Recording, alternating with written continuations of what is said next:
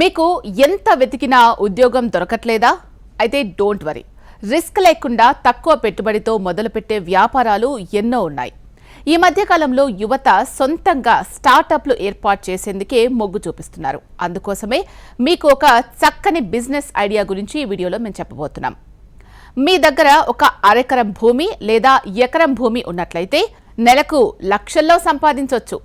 ఆ అరెకరం పొలంలో కూరగాయల సాగు మొదలు పెట్టండి. తద్వారా చక్కటి ఆదాయాన్ని పొందే అవకాశం మీ సొంతమవుతుంది. అంతేకాకుండా మీ పొలం ఏదైనా పట్టణం లేదా నగరానికి దగ్గరలో ఉన్నట్లయితే అంతకన్నా ఇంకేం కావాలి?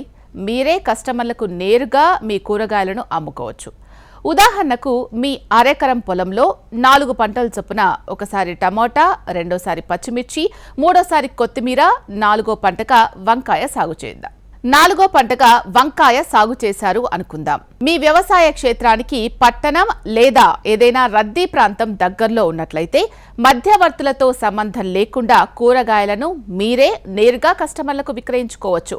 సీజన్ బట్టి పంటలను మారుస్తూ కూరగాయల సాగును కొనసాగిస్తే మీకు నెల నెలా మంచి లాభాలు వస్తాయి.